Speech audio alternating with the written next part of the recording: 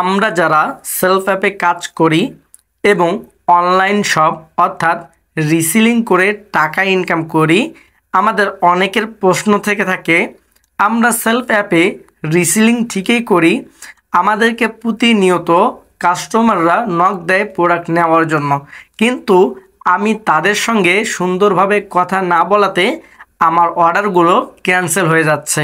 অনেকে প্রশ্ন করেন যে ভাইয়া কাস্টমারদের সঙ্গে কিভাবে কথা বললে কাস্টমাররা প্রতিনিয়ত যে আমাকে নক দেয় তাদের প্রত্যেককে আমি কনফার্ম করতে পারবো, এমন কোনো টিপস আমাকে দিয়ে দেন।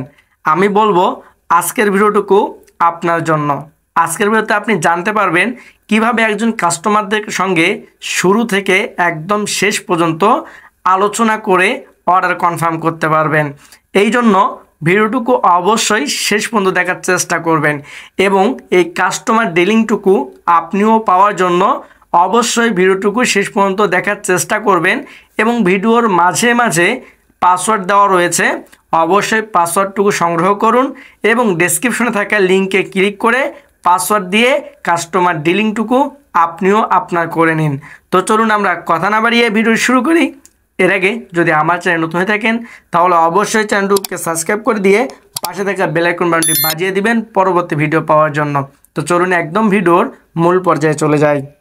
আমরা এখান থেকে সর্বপ্রথম যে জিনিসটুকু আমাদেরকে করতে হবে সেটি হচ্ছে কাস্টমাররা যখন আমাদেরকে নক দিবে প্রথমত আমরা তাদেরকে কি মেসেজটুকু সেন্ড করব। তো চলুন আমি এখান থেকে আমার একটি নোটবুক ডাউনলোড করা রয়েছে বা আমার নোটবুকে আমি কাস্টমার ডিলিংটুকু রেখেছি। আপনারা দেখতে পাচ্ছেন এখানে কাস্টমার ডিলিং।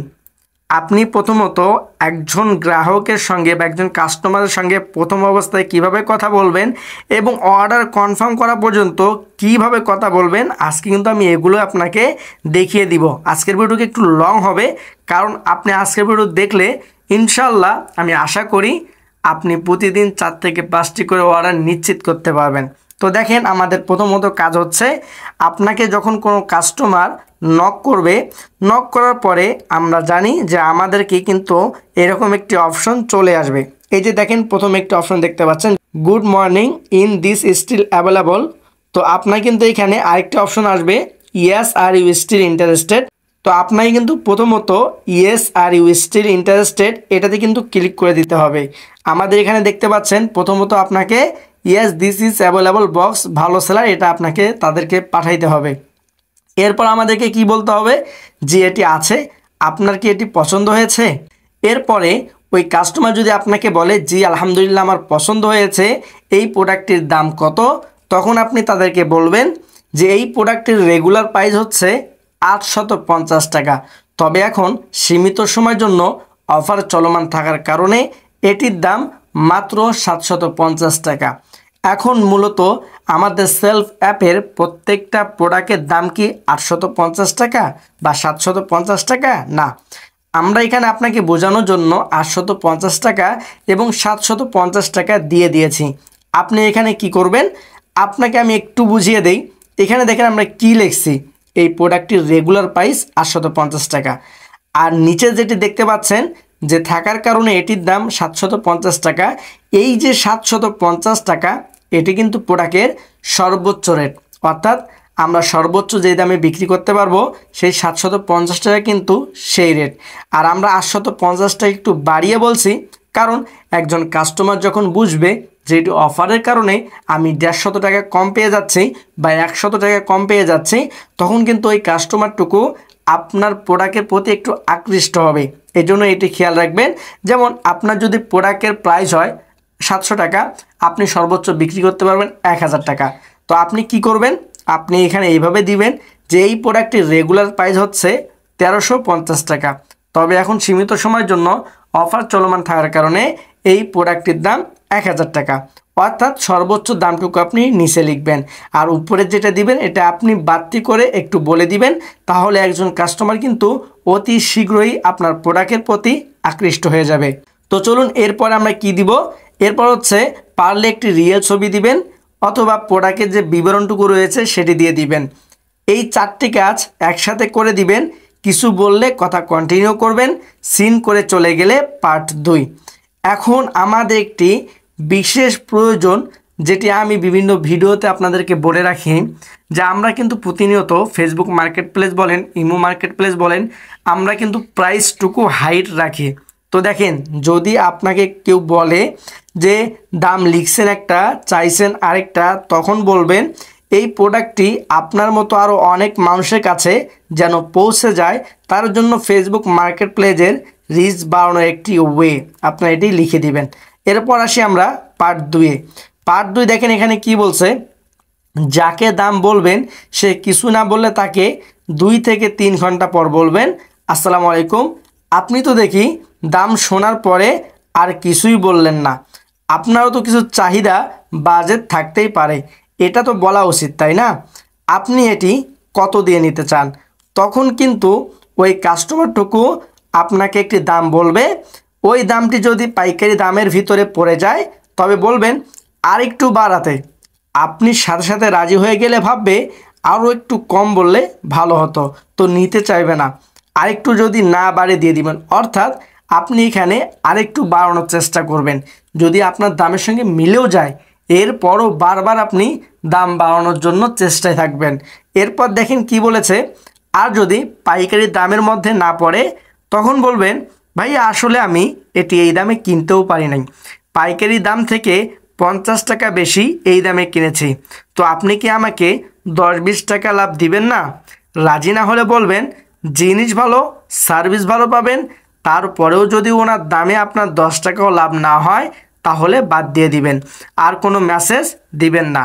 আর যদি মেসেজ সিন করে বসে থাকে, কোনো কথা না বলে, তাহলে সর্বোচ্চ 10 মিনিট পর বলবেন আপনার অর্ডারটি কি তাহলে কনফার্ম করব? হ্যাঁ বললে কন্টিনিউ, না অথবা কিছুই না বললে ওনাকে আর মেসেজেই দিবেন না। আর ওই কত দিয়ে নিতে চান বলার পরেও কিছু না বলে, তাহলে বুঝে নেবেন উনি নিবে না। পারলে সর্বোচ্চ একবার 1 ঘন্টা পর একটা লাইক দিতে পারেন। তো হ্যালো বন্ধুরা, আমি কিন্তু আপনাদেরকে ইতিমধ্যে পার্ট 1 এবং পার্ট 2-এর যে সকল কাজ আপনার একজন কাস্টমারদের সঙ্গে কথা বলার জন্য বলে দিয়েছি। এখন চলুন আমরা দেখে আসি পার্ট 3-এ কী বলা হয়েছে। যদি আপনার দাম ওনার কাছে পছন্দ হয়ে যায় এবং অর্ডার কনফার্ম করতে চায়, তাহলে প্রথমে ওনাকে ডেলিভারি চার্জের কথা বলবেন না, বলবেন অর্ডার কনফার্ম করার জন্য যোগাযোগটি আগে দরকার। হয়তো আপনার কন্ট্যাক্ট নাম্বারটি দেন, নয়তো আমার এই নাম্বারে আপনি কল দিন। আর এখানে আপনাদেরকে একটি কথা বলতে চাই, আমাদের কিন্তু বর্তমানে সেলফ অ্যাপের ভিতরে অনেক প্রোডাক্ট আপনি অ্যাডভান্স পেমেন্ট ছাড়াই অর্ডার করতে পারবেন। তো যদি আপনার প্রোডাক্টটি অ্যাডভান্স আপনাকে পেমেন্ট করতে হবে, তাহলে অবশ্যই এই টেকনিকটুকু আপনি কাজে লাগাতে পারেন। আর যদি আপনার অ্যাডভান্স পেমেন্ট না করতে হয়, তাহলে বলবো এখানে এত কিছু বলার দরকার নেই। আপনি তাকে বলবেন আপনার নাম, ঠিকানা, 2টি ফোন নাম্বার লিখে দেন, আমি তাহলে অর্ডারটি কনফার্ম করতেছি, এই বলে তার কাছ থেকে ইনফরমেশনগুলো নেবেন এবং সেলফ অ্যাপের ভিতরে অর্ডার করে দিবেন।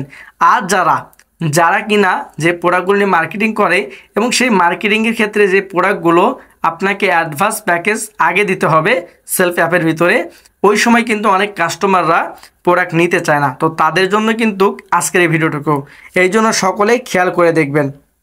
এরপর দেখেন, আপনি পার্সোনাল নাম্বারে কল দিন, হয়তো উনি দিবে বা আপনি নিজে দিবেন। সালাম দিয়ে বলবেন আপু, ভাইয়া, স্যার, ম্যাডাম বললে বেশি ভালো হবে, তবে আপনার ইচ্ছা। এখানে একটা বিষয় হচ্ছে, আপনাকে কিন্তু এই ডেলিভারি চার্জ চাওয়ার জন্য ফোন কল দিতে হবে। আপনি যখন SMS-এ বলবেন, আপনাকে কিন্তু ওই ব্যক্তিটি কোনো বিশ্বাসই করবে না।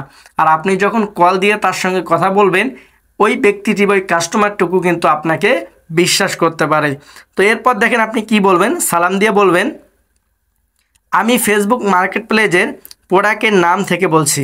একটা প্রোডাক্টের নাম বলবেন, যে প্রোডাক্টটি সে নিতে চায় সেখান থেকে বলছি। কেমন আছেন? কুশল বিনিময় করে বলবেন আমি তাহলে প্রোডাক্টের এই দামেই অর্ডারটি কনফার্ম করতেছি। বলবে করেন। তখন বলবেন আমাদের নিয়ম হলো যে কোনো পণ্যের অর্ডার করতে হলে ডেলিভারি চার্জটি আগে প্রদান করা লাগে। এরপর আসেন ডেলিভারি চার্জ প্রসঙ্গে।